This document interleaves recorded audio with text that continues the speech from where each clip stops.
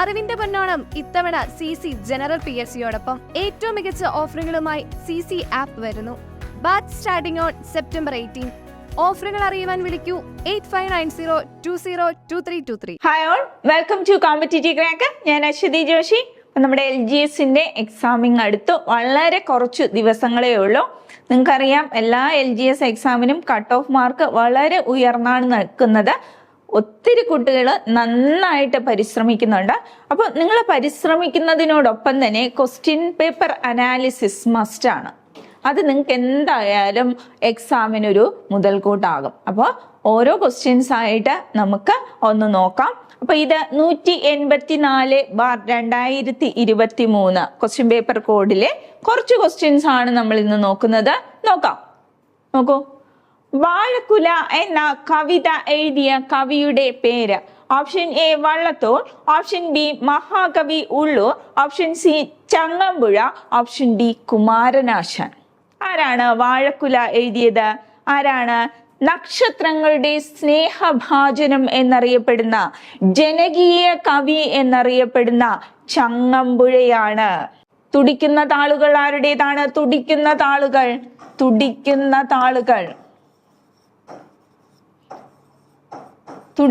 താളുകൾ ആരുടേതാണ്? അതും നമ്മുടെ ചങ്ങമ്പുഴയുടേതാണ്. ഇനി വള്ളത്തോൾ ആരാണ്? നമ്മുടെ ഋഗ്വേദവും വാൽമീകി രാമായണവും ഒക്കെ വിവർത്തനം ചെയ്ത ആളാണ്. ആര്? വള്ളത്തോൾ അല്ലെ. സ്നേഹഗായകൻ എന്നറിയപ്പെടുന്നത് ആരാണ്? കുമാരനാശാനാണ്. നമ്മൾ പറയുകയാണെങ്കിൽ ഒരുപാട് കാര്യങ്ങൾ ഇതിൽ നിന്ന് പറയേണ്ടി വരും. ചിത്രയോഗം ആരുടേതാണ്? വള്ളത്തോളിൻ്റെതാണ്. ഇനി ചിത്രശാല ആരുടേതാണ്? ഉള്ളൂരിൻ്റെതാണ്. പിങ്കള ആരുടേതാണ്? ഉള്ളൂരിൻ്റെതാണ്. ഇനിയും പോയിന്റുകളുണ്ട്. വാഗ്ദേവതയുടെ വീരഭടൻ എന്ന് CV രാമൻപിള്ള വിശേഷിപ്പിച്ചത് ആരെയാണ്? കുമാരനാശാനെയാണ്. ഇനി ബന്ധുര കാഞ്ചന കൂട്ടിലാണെങ്കിലും ബന്ധനം തന്നെ പാരിൽ ആരാണ് പറഞ്ഞത്? വള്ളത്തോളിൻ്റെതാണ്. വള്ളത്തോളിന്റെ കൃതിയാണല്ലേ, കൃതിയിലാണ് അങ്ങനെ പറഞ്ഞിരിക്കുന്നത്. ഇനി അടുത്ത ചോദ്യത്തിലേക്ക് പോവാം. നമ്മൾ ഒരു ഓപ്ഷനിൽ നിന്ന് പറയുകയാണെങ്കിൽ ഒത്തിരി കാര്യങ്ങൾ പറയേണ്ടി വരും. ഇതൊന്നും ഒരു ക്ലാസ്സിൽ പഠിച്ചാൽ തീരുന്ന കാര്യങ്ങളല്ല. ജസ്റ്റ് ഞാനൊന്ന് പറഞ്ഞതേ ഉള്ളൂ. അപ്പൊ പഠിക്കുമ്പോൾ ഇങ്ങനെ വേണം പഠിക്കാൻ. ഓപ്ഷൻസിൽ നിന്ന് വേണം നിങ്ങൾ ഈ രീതിയിൽ പഠിച്ചു പോകാൻ. ഈ രീതിയിൽ പഠിച്ചു പോയി കഴിഞ്ഞാൽ തന്നെ നിങ്ങൾക്ക് ഒരുപാട് പോയിന്റ്സ് നിങ്ങൾക്ക് കിട്ടും. അടുത്ത ചോദ്യത്തിലേക്ക് പോകാം. എന്നാണ് ലോക പരിസ്ഥിതി ദിനം ആചരിക്കുന്നത്? June 5, June 7, March 8, November 1. എല്ലാവർക്കും ശരിയാകുന്ന ആൻസർ ആണ്. എന്നാണ് ലോക പരിസ്ഥിതി ദിനം ആചരിക്കുന്നത്? ജൂൺ 5 ആണ്. അങ്ങനെയാണെങ്കിൽ ജൂൺ 7 എന്താണ്?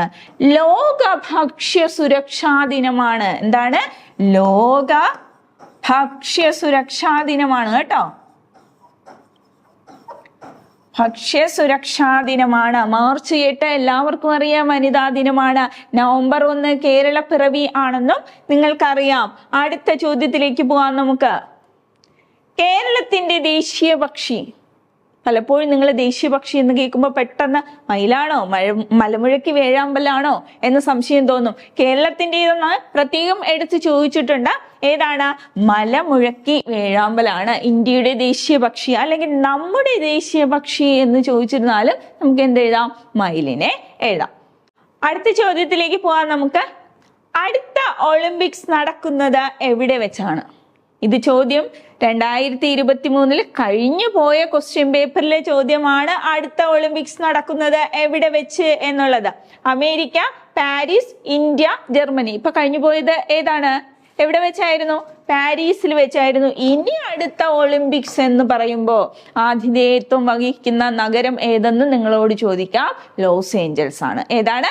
ലോസ് ഏഞ്ചൽസ് ആണ്. ഇനി അമേരിക്ക ഏറ്റവും കൂടുതൽ മെഡൽ നേടിയത് ഏത് രാജ്യമാണ്?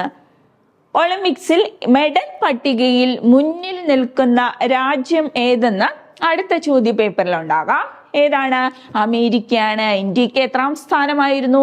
71ാം സ്ഥാനമായിരുന്നു. അപ്പൊ ഇത്രയും പോയിന്റ്സ് ഓർത്ത് വെച്ചേക്കുക. ഇത്രയൊന്നുമല്ല, പാരീസ് ഒളിമ്പിക്സിനെ കുറിച്ച് ഒരുപാട് പഠിക്കാനുള്ള ഉണ്ട്. നമ്മുടെ ചാനലിൽ തന്നെ അതിന് പ്രത്യേകം കറണ്ട് അഫയേഴ്സിൽ നമ്മൾ ക്ലാസ് കൊടുത്തിട്ടുണ്ട്.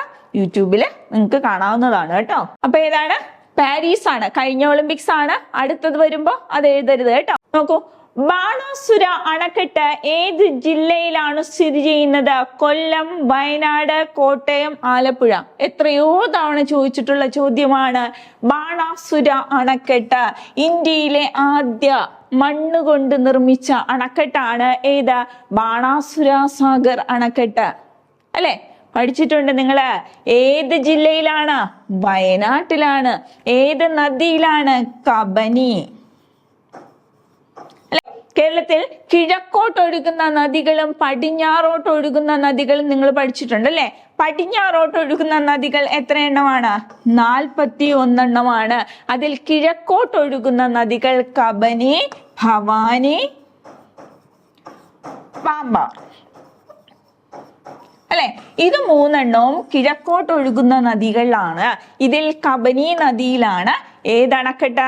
ബാണാസുര സാഗർ അണക്കെട്ട്. ക്ലിയർ? അടുത്ത ചോദ്യത്തിലേക്ക് പോവാം നമുക്ക്. ഇപ്പൊ ഇവിടെ ഉത്തരം വയനാടാണ് കേട്ടോ. അടുത്ത ചോദ്യം നോക്കൂ. മുൻ ഇന്ത്യൻ പ്രസിഡന്റ് ആയിരുന്ന ഡോക്ടർ APJ അബ്ദുൽ കലാമിന്റെ ജന്മസ്ഥലം ഏത്? ഏതാണ്? ദില്ലിയാണോ, ഒഡീഷയാണോ, രാമേശ്വരമാണോ, തഞ്ചാവൂരാണോ? ഏതാണ്? രാമേശ്വരമാണ്. ഇതാരും തെറ്റിക്കില്ല എന്ന് എനിക്കറിയാം. അതുപോലെ തന്നെ നമ്മളോട് ചോദിക്കുന്ന മറ്റൊരു ചോദ്യമാണ് KR നാരായണന്റെ ജന്മസ്ഥലം അല്ലെ? KR നാരായണന്റെ ജന്മസ്ഥലം എവിടെയാണ്? ഉഴവൂരാണ്. ഉഴവൂർ ചോദിച്ചിട്ടുള്ള ചോദ്യമാണ്. ഉഴവൂർ എവിടെയാണ്? കോട്ടയം. എവിടെയാണ്? കോട്ടയം. ഇനി അതോടനുബന്ധിച്ച് നമ്മളോട് ചോദിക്കാവുന്ന ഒരു കറണ്ട് അഫയേഴ്സ് ആണ് KR Narayanan institute. KR Narayanan institute എവിടെയാണ്? എവിടെയാണ്? തെക്കുംതല. തെക്കുംതല. തെക്കുംതലയിലാണ് കേട്ടോ. തെക്കുംതല. ഈ തെക്കുംതല എവിടെയാണ്? തെക്കുംതല കോട്ടയം ജില്ലയിലാണ്. ഇതെല്ലാം നിങ്ങളോട് ചോദിക്കാവുന്ന ചോദ്യങ്ങളാണ്. അടുത്ത ചോദ്യത്തിലേക്ക് പോകാൻ നമുക്ക്. നോക്കൂ, ആരാണ് കമ്പ്യൂട്ടർ കണ്ടുപിടിച്ചത്? വളരെ സിമ്പിൾ ആയിട്ടുള്ള ചോദ്യം, നിങ്ങൾ തെറ്റിക്കില്ല. ആരാണ്? ചാൾസ് ബാബേജ് ആണ് അല്ലെ? അടുത്ത ചോദ്യം നോക്കാം നമുക്ക്. ശ്രീലങ്കയുടെ തലസ്ഥാനം ഏതാണ്? ഏതാണ് ശ്രീലങ്കയുടെ തലസ്ഥാനം? ഇസ്ലാമാബാദ് ആണോ, ബീജിംഗ് ആണോ, കാഠ്മണ്ഡു ആണോ, കൊളംബോയാണോ? ഏതാണ്? കൊളംബോയാണ് ശ്രീലങ്കയുടെ തലസ്ഥാനം. കാഠ്മണ്ഡു നേപ്പാൾ, നേപ്പാളിന്റെ തലസ്ഥാനമാണ്. ഇനി ബീജിംഗ് ചൈനയുടെ തലസ്ഥാനമാണ്. ഇസ്ലാമാബാദ് പാകിസ്ഥാൻ, പാകിസ്ഥാന്റെ തലസ്ഥാനമാണ്. ഇത്രയും അറിഞ്ഞിരിക്കുക. ഇത്രയും മാത്രമല്ല അറിഞ്ഞിരിക്കേണ്ടത്. ഞാൻ ഈ ക്വസ്റ്റ്യൻ പേപ്പർ അനാലിസിസ് ചെയ്യുന്നതുകൊണ്ട് മാത്രമാണ് ഇത്രയും കാര്യങ്ങൾ പറയുന്നത്. അല്ലാതെ നമ്മൾ ക്ലാസ്സിൽ എല്ലാം ഡിസ്കസ് ചെയ്യും കേട്ടോ. നോക്കൂ, ഇന്ത്യയിലെ ഏറ്റവും വലിയ സംസ്ഥാനം എല്ലാവർക്കും അറിയാം. ഏതാണ്? രാജസ്ഥാനാണ്. ഏറ്റവും ചെറുതേതാ? ചെറുതേതാ? ഗോവയാണ് അല്ലെ? ഗോവയാണ്. അപ്പൊ അത് രണ്ടും നിങ്ങൾക്ക് എല്ലാവർക്കും അറിയാം. ഇത്ര കാര്യങ്ങളൊന്നും അല്ല സംസ്ഥാനങ്ങളെ കുറിച്ച് പഠിക്കുമ്പോൾ നമ്മൾ അറിയേണ്ടത്. അടുത്ത ചോദ്യത്തിലേക്ക് പോകാൻ നമുക്ക്. നമ്മുടെ ഇപ്പോഴത്തെ ആരോഗ്യ വകുപ്പ് മന്ത്രിമാരും അവരുടെ പൊസിഷന്, അവരുടെ മണ്ഡലങ്ങള് ഒക്കെ വളരെ വ്യക്തമായിട്ട് പഠിക്കണം. നോക്കൂ, നമ്മുടെ ഇപ്പോഴത്തെ ആരോഗ്യ വകുപ്പ് മന്ത്രി ആരാണ്? പ്രൊഫസർ R ബിന്ദു ആണോ, ആന്റണി രാജു ആണോ, ശ്രീമതി വീണ ജോർജ് ആണോ, ശ്രീ K കൃഷ്ണൻകുട്ടിയാണോ? ആരാണ്? നോക്കൂ, ശ്രീമതി വീണ ജോർജ് ആണ്. അവരുടെ മണ്ഡലം ഏതാണ്? ആറന്മുളയാണ്. ആറന്മുള. ഇനി ആരാണ് പ്രൊഫസർ R ബിന്ദു? ഉന്നത വിദ്യാഭ്യാസ വകുപ്പ് മന്ത്രിയാണ് R ബിന്ദു. അവരുടെ മണ്ഡലം എന്ന് പറയുന്നത് ഇരിങ്ങാലക്കുടയാണ്. ഇരിങ്ങാലക്കുട.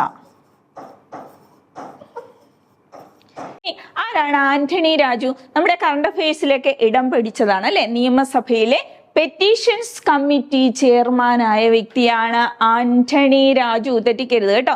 നിയമസഭ പെറ്റീഷൻസ് കമ്മിറ്റി ചെയർമാനായ വ്യക്തിയാണ് ആര്? ആന്റണി രാജു. ഈ ഇടയ്ക്ക് ഇടം പിടിച്ചത് കൊണ്ട് തന്നെ ചോദിക്കാൻ ചാൻസ് കൂടുതലാണ്. K കൃഷ്ണൻകുട്ടി വൈദ്യുതി വകുപ്പ് കൈകാര്യം ചെയ്യുന്ന മന്ത്രിയാണ്. മനസ്സിലായി? അപ്പൊ ഇത്രയും കാര്യങ്ങൾ ഓർത്തിരിക്കുക കേട്ടോ. അദ്ദേഹത്തിന്റെ മണ്ഡലം ചിറ്റൂരാണ്. ഇനി ചില വ്യവസായ യൂണിറ്റുകളുടെ പേരുകളാണ് ചുവടെ കൊടുത്തിരിക്കുന്നത്.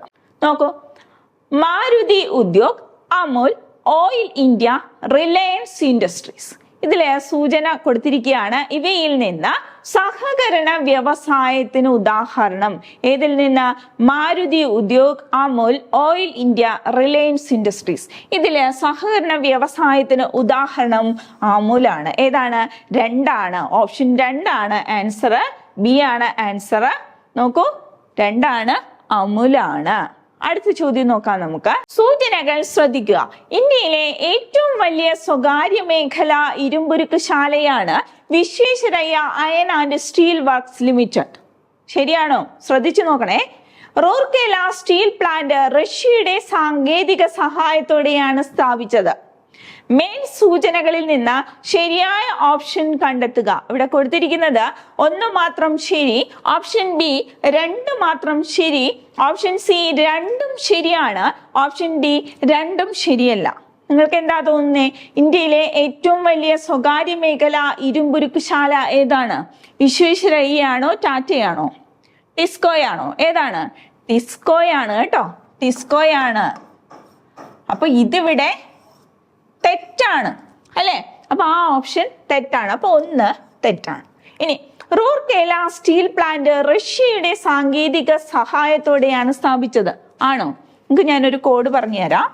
റൂ ഓ ജ എന്ന് പഠിച്ചു വെച്ചേക്കുക. റൂർക്കേല ഒഡീഷയിലാണ്. ഏത് രാജ്യത്തിന്റെ സഹായത്താലാണ്?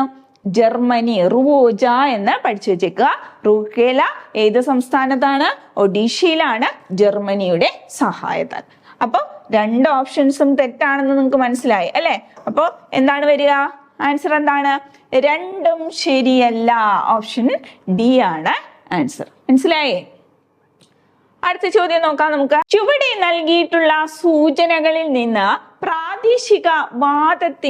പ്രാദേശികവാദം കാറ്റാണ് കേട്ടോ, പേര് തിരിച്ചറിയുക. ഉത്തരേന്ത്യൻ സമതലങ്ങളിൽ വീശുന്ന കാറ്റാണ്. ഉത്തരേന്ത്യൻ സമതലങ്ങളിൽ വേനലിന്റെ തീഷ്ണത വർദ്ധിപ്പിക്കുന്നു. രാജസ്ഥാൻ മരുഭൂമിയിൽ നിന്ന് വീശുന്നു. അപ്പൊ എല്ലാ പ്രാദേശികവാദത്തിന്റെയും സവിശേഷതകൾ വ്യക്തമായിട്ട് പഠിക്കണം. അത് നമുക്കൊരു ക്ലാസ്സിൽ ചർച്ച ചെയ്യാം. അപ്പൊ അടുത്ത് നോക്കൂ, എന്താണ് കൊടുത്തിരിക്കുന്നത്? ആ സവിശേഷതകൾ ഏത് പ്രാദേശിക വാദത്തിൻ്റെതാണ്? കാൽബൈശാഖിയുടേതാണോ? മാംഗോ ഷവർ ആണോ? വടക്ക് കിഴക്കൻ മൺസൂൺ ആണോ? ലൂ ആണോ? ഏതിന്റെ സവിശേഷതയാണ്? ഇത് ലൂയിന്റെ സവിശേഷതയാണ് കൊടുത്തിരിക്കുന്നത്. ഉത്തരേന്ത്യൻ സമതലങ്ങളിൽ വീശുന്ന കാറ്റാണ് ലൂ. ഏത്? ലൂ. ഉത്തരേന്ത്യൻ സമതലങ്ങളിൽ വേനലിന്റെ തീഷ്ണത വർദ്ധിപ്പിക്കുന്നു. ആര്? ലൂ അല്ലെ? രാജസ്ഥാൻ മരുഭൂമിയിൽ നിന്ന് വീശുന്നു. ഏത്? ലൂ. അപ്പൊ അത്രയും പോയിന്റ്സ് അവിടെ പഠിച്ചേക്കുക. ലൂ ആണ് ആൻസർ കേട്ടോ. അപ്പൊ നമ്മുടെ LGS കോഴ്സ് സ്റ്റാർട്ട് ചെയ്തിട്ടുണ്ട്. 60 ദിവസത്തെ സ്റ്റഡി പ്ലാൻ ആണ്. ഇത്തരത്തിലാണ് നമ്മൾ ക്വസ്റ്റ്യൻ പേപ്പർ അനാലിസിസ് മാത്രമാണ് ഇവിടെ പറയുന്നത്. ഇതുപോലെ ക്വസ്റ്റ്യൻ പേപ്പർ അനാലിസിസിനോടൊപ്പം ഓരോ ഭാഗത്തെയും വളരെ ഡീപ്പായിട്ട് SCRT NCRT ചാപ്റ്റേഴ്സ് ഉൾപ്പെടെ അതിലൂടെ എല്ലാം കടന്നുപോയി നിങ്ങളെ എക്സാം ക്രാക്ക് ചെയ്യത്തക്ക രീതിയിൽ നിങ്ങളെ മോൾഡ് ചെയ്തെടുക്കും. ഉറപ്പായിട്ടും നിങ്ങൾ ചേരുക. കുറച്ച് ദിവസങ്ങളേ ഉള്ളൂ. നല്ലൊരു ഓപ്പർച്യൂണിറ്റിയാണ്, മിസ്സാക്കരുത്. വളരെ സിസ്റ്റമാറ്റിക് ആയിട്ട് ടൈം ടേബിളോട് കൂടി തന്നെയാണ് നിങ്ങളെ മുന്നോട്ട് കൊണ്ടുപോകുന്നത്. അതോടൊപ്പം തന്നെ ഈ ക്വസ്റ്റ്യൻ പേപ്പർ അനാലിസിസ് കാണും. ഒരുപാട് മോക്ക് ടെസ്റ്റുകൾ ഉണ്ടാകും. നിങ്ങൾക്ക് ഒരു സപ്പോർട്ടായിട്ട് ഒരു മെന്റർ ഉണ്ടാകും. അപ്പൊ ഇതെല്ലാം ഇതിന്റെ സവിശേഷതയാണ്. അപ്പൊ എന്ത് ചെയ്യരുത്? മടിച്ചു നിൽക്കണ്ട. കുറച്ച് ദിവസങ്ങളെ നമ്മുടെ കയ്യിലുള്ളൂ. തീർച്ചയായിട്ടും നിങ്ങൾക്ക് ക്രാക്ക് ചെയ്യാൻ സാധിക്കും എന്ന ഉറപ്പോടുകൂടി മുന്നോട്ട് പോവുക. നമുക്ക് ബാക്കി ക്വസ്റ്റ്യൻസ് കൂടെ നോക്കാം. താഴെ പറയുന്ന അക്ഷാംശ രേഖകളിൽ ഇന്ത്യയിലൂടെ കടന്നു പോകുന്നവ ഏതെന്ന് തിരിച്ചറിയുക. 1 ഉത്തരായന രേഖ, 2 ഭൂമധ്യരേഖ, 3 ദക്ഷിണായന രേഖ, 4 ആർട്ടിക് വൃത്തം. ഇതില് താഴെ പറയുന്നവയിൽ ഇന്ത്യയിലൂടെ കടന്നു പോകുന്നത് ഏത് മാത്രമേ ഉള്ളൂ? നോക്കൂ, ഉത്തരായന രേഖ മാത്രമേ ഉള്ളൂ. ഏത്?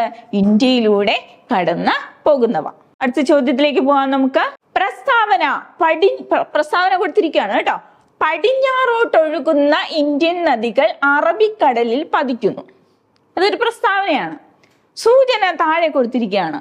മഹാനദി, പെരിയാർ, താപ്തി, ലൂണി. ഇനി അവര് കൊടുത്തിട്ടുണ്ട് മേൽ സൂചനയിലെ നദികളിൽ നിന്ന് അറബിക്കടലിൽ പതിക്കുന്നവ കണ്ടെത്തുക. കേരളത്തിലും കൊടുത്തിട്ടുണ്ട്, ഇന്ത്യയിലേതും കൊടുത്തിട്ടുണ്ട്. അപ്പൊ നിങ്ങൾ അതിൽ നിന്ന് എന്താ മനസ്സിലാക്കേണ്ടത്? ഇന്ത്യയിലെ നദികൾ, എല്ലാ നദികളെയും കുറിച്ച് വളരെ വിശദമായിട്ട് പഠിക്കണം. കേരളത്തിലേത് ഉൾപ്പെടെ നമ്മൾ നേരത്തെ കേരളത്തിലെ നദികൾ പറഞ്ഞു അല്ലെ. പടിഞ്ഞാറോട്ട് ഒഴുകുന്ന നദികൾ എത്ര എണ്ണം ഉണ്ടെന്ന് പറഞ്ഞു? 41 എണ്ണം ഉണ്ടെന്ന് പറഞ്ഞു അല്ലെ. അതിൽ കിഴക്കോട്ട് ഒഴുകുന്ന നദികളെ നമ്മൾ സെപ്പറേറ്റ് എടുത്ത് പറഞ്ഞു. അതില് എന്തുണ്ടായിരുന്നോ? പെരിയാർ ഉണ്ടായിരുന്നോ? ഇല്ല. കബനി, ഭവാനി, പാമ്പാർ. അപ്പൊ അതിൽ നിന്ന് നിങ്ങൾക്ക് ഒരു ക്ലൂ കിട്ടിയില്ലേ? പടിഞ്ഞാറോട്ട് ഒഴുകുന്ന നദിയാണ് എന്ത്? പെരിയാർ. അപ്പൊ ഇതെവിടെയാണ് പതിക്കുന്നത്? അറബിക്കടലിലാണ് പതിക്കുന്നത്. ഇനി നമ്മൾ പഠിച്ചിട്ടുണ്ട് ഉപദ്വീപീയ നദികളില് അറബിക്കടലിൽ പതിക്കുന്നത് പടിഞ്ഞാറോട്ട് ഒഴുകുന്ന നദികളാണ് നർമ്മദയും താപ്തിയും. നർമ്മദയും താപ്തി അല്ലെ. അപ്പൊ ഇതിലേതുണ്ട്? താപ്തി ഉണ്ട് അല്ലേ. അപ്പൊ ഓപ്ഷൻ ഏതായിരിക്കും? ഉത്തരം ഇവിടെ ഏതായിരിക്കും? നോക്കിക്കേ, 2ഉം 3ഉം ആണ് ഇവിടെ ആൻസർ ആയിട്ട് വരുന്നത്. നോക്കൂ, 2ഉം 3ഉം, പെരിയാറും താപ്തിയും. അപ്പൊ എല്ലാ നദികളെ കുറിച്ചും വളരെ വിശദമായിട്ട് പഠിച്ചാൽ മാത്രമേ പറ്റുള്ളൂ. ഇനി ഹിമാലയൻ നദികൾ. അപ്പൊ അറബിക്കടലിൽ പതിക്കുന്ന ഏക ഹിമാലയൻ നദിയാണ് ഏത്? സിന്ധു എന്ന് പറയുന്നത് കേട്ടോ. സിന്ധു. അപ്പൊ ഇത്രയും കാര്യങ്ങൾ ഓർത്തിരിക്കുക. ഇത് മാത്രമല്ല, ബാക്കി കാര്യങ്ങൾ നമ്മളെ ക്ലാസ്സിൽ ഡിസ്കസ് ചെയ്യും. അടുത്ത ചോദ്യത്തിലേക്ക് പോകാം. ഇന്ത്യയിലെ ഏറ്റവും വലിയ മെട്രോ റെയിൽ ശൃംഖല താഴെ പറയുന്നവയിൽ ഏതാണ്? Option A Kolkata, option B Delhi, option C Kochi, option D Chennai. ഏതാണ് ഏറ്റവും വലിയ ശൃംഖല എന്ന് പറയുന്നത്? ഡൽഹിയാണ്. നമ്മുടെ കൊച്ചി മെട്രോയുടെ 2ാം ഘട്ടം വരുന്നുണ്ട്. അതിന്റെ പേരെന്താണ്? പിങ്ക് റെയിൽ എന്നാണ് കേട്ടോ. എന്താണ്? Pink rail. പിങ്ക് റെയിൽ എത്ര കിലോമീറ്റർ ആണ്? 11.2 കിലോമീറ്റർ ആണ്. എത്ര സ്റ്റേഷനുകളാണ് ഉൾപ്പെടുത്തുന്നത്? 11 സ്റ്റേഷനുകളാണ് ഉൾപ്പെടുത്തുന്നത് അല്ലെ. നമ്മുടെ പാലാരിവട്ടം മുതൽ കാക്കനാട് വരെ 11 സ്റ്റേഷനുകളാണ് ഉൾപ്പെടുത്തുന്നത്. അടുത്ത ചോദ്യത്തിലേക്ക് പോകാം. ഇന്ത്യയിലെ ആദ്യത്തെ വന്ദേ ഭാരത് എക്സ്പ്രസ് ട്രെയിൻ താഴെ പറയുന്ന ഏതെല്ലാം നഗരങ്ങളെ തമ്മിൽ ബന്ധിപ്പിച്ചാണ് ഓടുന്നത്? ന്യൂഡൽഹി വാരണാസി, അജ്മീർ ഡൽഹി, ചെന്നൈ മൈസൂരു, ഗാന്ധിനഗർ മുംബൈ. ഏതൊക്കെയാണ്? ന്യൂഡൽഹിയെയും വാരണാസിയെയും തമ്മിൽ ബന്ധിപ്പിച്ചുകൊണ്ടാണ് ഓടുന്നത്. എപ്പോഴാണ് ഉദ്ഘാടനം ചെയ്തത്? ആദ്യമായിട്ട് ഉദ്ഘാടനം ചെയ്തത് 2019 ഫെബ്രുവരി 15 അല്ലെ. ഇതിന്റെ ആദ്യത്തെ പേരെന്തായിരുന്നു? ട്രെയിൻ 18 എന്നായിരുന്നു അല്ലെ. ട്രെയിൻ 18 എന്നായിരുന്നു ഇതിന്റെ പേര്. വന്ദേ ഭാരത് എന്ന് മാറ്റിയത് എപ്പോഴാണ്? 2019 ജാനുവരി 27 ജാനുവരി 27 ഇതിനെക്കുറിച്ച് ഒത്തിരി കാര്യങ്ങൾ നമുക്ക് പഠിക്കാനുണ്ട്. അപ്പം വന്ദേ ഭാരത് എക്സ്പ്രസിനെ കുറിച്ച് ആനുകാലികം നമ്മുടെ യൂട്യൂബ് ചാനലിൽ SEAയുടെ ക്ലാസ്സിൽ ഉണ്ട്. തീർച്ചയായിട്ടും കാണുക. മാത്രമല്ല നമ്മൾ ക്ലാസ്സിൽ ഡിസ്കസ് ചെയ്യും കേട്ടോ. ഇന്ത്യയുമായി ഏറ്റവും അധികം അതിർത്തി പങ്കിടുന്ന രാജ്യം, ഇന്ത്യയുമായി ഏറ്റവും അധികം അതിർത്തി പങ്കിടുന്ന രാജ്യം ഏതാണ്? ബംഗ്ലാദേശാണ്. ഏറ്റവും കുറവ് അതിർത്തി പങ്കിടുന്ന രാജ്യം അഫ്ഗാനിസ്ഥാൻ ആണ് കേട്ടോ. അഫ്ഗാനിസ്ഥാൻ. ഇനി ഇന്ത്യയുമായി ഏറ്റവും അധികം അതിർത്തി പങ്കിടുന്ന രാജ്യങ്ങളിൽ ഏറ്റവും വലുത് രാജ്യത്തിന്റെ വലിപ്പമാണ് പറയുന്നത്. അത് ഏതാണ്? അത് ചൈനയാണ് കേട്ടോ. അത് ചൈനയാണ്. അപ്പൊ ഇതുപോലെ ബാക്കി കാര്യങ്ങൾ നമ്മൾ ക്ലാസ്സിൽ പറയുന്നതായിരിക്കും. അടുത്ത ചോദ്യം നോക്കാം. ബ്രഹ്മപുത്ര നദിയിൽ സാധ്യ മുതൽ ധൂബ്രി വരെയുള്ള ദേശീയ ജലപാത അറിയപ്പെടുന്നത്? ദേശീയ ജലപാത 1, ദേശീയ ജലപാത 3, ദേശീയ ജലപാത 2, ദേശീയ ജലപാത 5. നമുക്ക് എല്ലാവർക്കും അറിയാം ഈ ദേശീയ ജലപാത 3 എന്ന് പറയുന്നത് കേരളത്തിലുള്ളതാണ് അല്ലെ. എന്തെന്നറിയപ്പെടുന്നു? വെസ്റ്റ് കോസ്റ്റ് കനാൽ എന്നറിയപ്പെടുന്നു. വെസ്റ്റ് കോസ്റ്റ് കനാൽ എന്നറിയപ്പെടുന്നു അല്ലെ. ഇത് നമുക്കറിയാം. ദേശീയ ജലപാത 5 എന്തെന്നറിയപ്പെടുന്നു? ഈസ്റ്റ് കോസ്റ്റ് കനാൽ എന്നറിയപ്പെടുന്നു. ഈസ്റ്റ് കോസ്റ്റ് കനാൽ എന്ന് അറിയപ്പെടുന്നു. ഇനി ബ്രഹ്മപുത്ര നദിയിൽ സാധ്യ മുതൽ ധൂബ്രി വരെ ഏത് ദേശീയ ജലപാതയാണ്? അത് ദേശീയ ജലപാത 2 ആണ്. ഏതാണ്? ദേശീയ ജലപാത 2. അപ്പൊ നദി നിങ്ങൾക്ക് മനസ്സിലായി, ബ്രഹ്മപുത്ര നദി. ഇനി ദേശീയ ജലപാത 1 അലഹാബാദ് ഹാൽഡിയാണ് കേട്ടോ. അലഹാബാദ് ഹാൽഡിയ ഗംഗാ നദിയിലാണ് കേട്ടോ, ഗംഗാ നദി. ഇനി NW8 ഉണ്ട്, ദേശീയ ജലപാത 8. എവിടെ മുതൽ എവിടെ വരെയാണ്? നമ്മുടെ കേരളത്തിലേതാണ്. ആലപ്പുഴ മുതൽ ചങ്ങനാശ്ശേരി വരെയാണ് കേട്ടോ. അതും കൂടെ ഓർത്തിരിക്കുക. ബാക്കി കാര്യങ്ങൾ നമുക്ക് ക്ലാസ്സിൽ പറയാം. ഓക്കെ, ഇന്ത്യയിലെ ചില പ്രധാന അന്താരാഷ്ട്ര തുറമുഖങ്ങളാണ് ചുവടെ കൊടുത്തിരിക്കുന്നത്. ഇപ്പൊ പൂർവ്വതീര തുറമുഖങ്ങളും പശ്ചിമ തീര തുറമുഖങ്ങളും ഒക്കെ നമുക്ക് വളരെ വിശദമായിട്ട് പഠിക്കേണ്ടതുണ്ട്. ഇവിടെ ഓപ്ഷൻസ് നോക്കൂ. നവശേവ, പാരാദ്വീപ്, ഹാൽഡിയ, കണ്ട്ല. ഇവയിൽ നിന്ന് പശ്ചിമ തീര തുറമുഖങ്ങൾ കണ്ടെത്തുക. ഏതൊക്കെയാണ്? 1ഉം 2ഉം ആണോ? 2ഉം 3ഉം ആണോ? 1ഉം 4ഉം ആണോ? ഇവയെല്ലാമാണോ? ഏതാണ്? 1ഉം 4ഉമാണ്. 1ഉം 4ഉം ഏതൊക്കെയാണ്? നവശേവയും കാണ്ട്ലയുമാണ് പ്രധാന അന്താരാഷ്ട്ര തുറമുഖങ്ങളിലെ പശ്ചിമ തീര തുറമുഖങ്ങൾ. അപ്പൊ ഇതുപോലെ നമുക്ക് പൂർവ്വതീര തുറമുഖങ്ങളും പഠിക്കണം കേട്ടോ. അടുത്ത ക്വസ്റ്റ്യൻ ആണ് കേട്ടോ. ഇന്ത്യൻ ഭരണഘടനാ ശില്പി എന്നറിയപ്പെടുന്നത് ആരെയാണ്? Doctor BR Ambedkar, Jawaharlal Nehru, KM Munshi, TT Krishnamachari. Indian ഭരണഘടനാ ശില്പി ആരാണ്? ഇന്ത്യൻ ഭരണഘടനാ ശില്പി എന്നറിയപ്പെടുന്നത് ഡോക്ടർ BR അംബേദ്കർ ആണ്. ജവഹർലാൽ നെഹ്റു ആമുഖം തയ്യാറാക്കിയതാണ് ജവഹർലാൽ നെഹ്റു. ഇനി നമ്മളോട് ചോദിക്കാവുന്ന ഒരു ആനുകാലികമുണ്ട്. ഭരണഘടനാ പാർക്ക് നിലവിൽ വന്നത് ഇന്ത്യയിൽ. ഭരണഘടനാ പാർക്ക് ഇന്ത്യയിൽ ഭരണഘടനാ പാർക്ക് കേട്ടോ. പാർക്ക് എവിടെയാണ് നിലവിൽ വന്നത്? പൂനെയിലാണ് കേട്ടോ. പൂനെയിലാണ് നിലവിൽ വന്നത് കേട്ടോ. മറന്നു പോകരുതേ. ആനുകാലികം 20 മാർക്കിനാണ്, അതുകൊണ്ടാണ് കൂടെ പറഞ്ഞു പോകുന്നത്. ഇനി ഇന്ത്യയിൽ ഭരണഘടനാ ദിനമായി ആചരിക്കുന്നതെന്ന് എന്നാണ് ഭരണഘടനാ ദിനമായി ആചരിക്കുന്നത്? ഓഗസ്റ്റ് 15 എല്ലാവർക്കും അറിയാം, അതല്ല അല്ലെ. ഒക്ടോബർ 2 ഗാന്ധി ജയന്തി, അതും അല്ല, അറിയാം. നവംബർ 26 ആണോ ജനുവരി 26 ആണോ ഭരണഘടനാ ദിനം? ഭരണഘടന അംഗീകരിച്ചതാണ് നവംബർ 26. അതിന്റെ ഓർമ്മയ്ക്കാണ് ഭരണഘടനാ ദിനമായിട്ട് ആചരിക്കുന്നത്. എന്നാൽ 1950 ജാനുവരി 26 ഇത് നിലവിൽ വന്നത്. അപ്പോഴാണ് നമ്മൾ എന്താ ആഘോഷിക്കുന്നത്? റിപ്പബ്ലിക് ഡേ ആയിട്ട് ആഘോഷിക്കുന്നത്. അപ്പൊ അത് രണ്ടും തമ്മിലുള്ള വ്യത്യാസം മനസ്സിലാക്കിയിരിക്കണം കേട്ടോ. അപ്പൊ ഇവിടെ ഉത്തരം ഏതാണ്? ഭരണഘടനാ ദിനമായി ആചരിക്കുന്നത് നവംബർ 26. അടുത്ത ചോദ്യം നോക്കാം. ഇന്ത്യൻ ഭരണഘടനയുടെ ഏത് അനുച്ഛേദത്തിലാണ് വിദ്യാഭ്യാസ അവകാശം ഉൾപ്പെടുത്തിയിരിക്കുന്നത്? അനുച്ഛേദം 21A, അനുച്ഛേദം 24, അനുച്ഛേദം 14, അനുച്ഛേദം 51A. ഏതിലാണ്? അനുച്ഛേദം 21A ആണ്. 6 മുതൽ 14 വയസ്സ് വരെയുള്ള കുട്ടികൾക്ക് നിർബന്ധിതവും സൗജന്യവുമായ വിദ്യാഭ്യാസവുമാണ് ഇവിടെ പറയുന്നത്. അനുച്ഛേദം 21A. അനുച്ഛേദം 24 എന്താണ്? ബാലവേല നിരോധനമാണ്. അനുച്ഛേദം 14 നിയമസമത്വമാണ്. ഇവിടെ അനുച്ഛേദം 51A എന്താണ് പറയുന്നത്? മൗലിക കടമകളെ കുറിച്ചാണ് പറയുന്നത്. ഓർത്തിരിക്കുക. അടുത്ത ചോദ്യം നോക്കൂ. ഇന്ത്യൻ പാർലമെന്റ് ഏത് വർഷമാണ് ഭക്ഷ്യസുരക്ഷാ ബിൽ പാസാക്കിയത്? ഭക്ഷ്യസുരക്ഷാ ദിനം, ലോക ഭക്ഷ്യസുരക്ഷാ ദിനം നമ്മൾ ആദ്യം പറഞ്ഞിരുന്നു. ഏതായിരുന്നു? ജൂൺ 7 അല്ലേ? ജൂൺ 7 ലോകയാണ് കേട്ടോ. ലോക ഭക്ഷ്യസുരക്ഷാ ദിനം. അല്ലാതെ നമ്മൾ ദേശീയ ഭക്ഷ്യസുരക്ഷാ ദിനം ആചരിക്കുന്നത് എന്നാണ്? അത് ഒക്ടോബർ 16 അല്ലെ? ഒക്ടോബർ 16 കേട്ടോ. അത് മറക്കരുതേ. ഇന്ത്യൻ പാർലമെന്റ് ഏത് വർഷമാണ് ഭക്ഷ്യസുരക്ഷാ ബിൽ പാസാക്കിയത്? ഏത് വർഷമാണ്? 2013. അപ്പൊ ഈ ആനുകാലികം കൂടെ ഓർത്തിരിക്കണേ. അടുത്ത ചോദ്യത്തിലേക്ക് പോവാം. ലോകത്തിലെ ഏറ്റവും വലിയ എഴുതപ്പെട്ട ഭരണഘടനയുള്ള രാജ്യം ഏതാണ്? അമേരിക്ക, ദക്ഷിണാഫ്രിക്ക, ബ്രസീൽ, ഇന്ത്യ.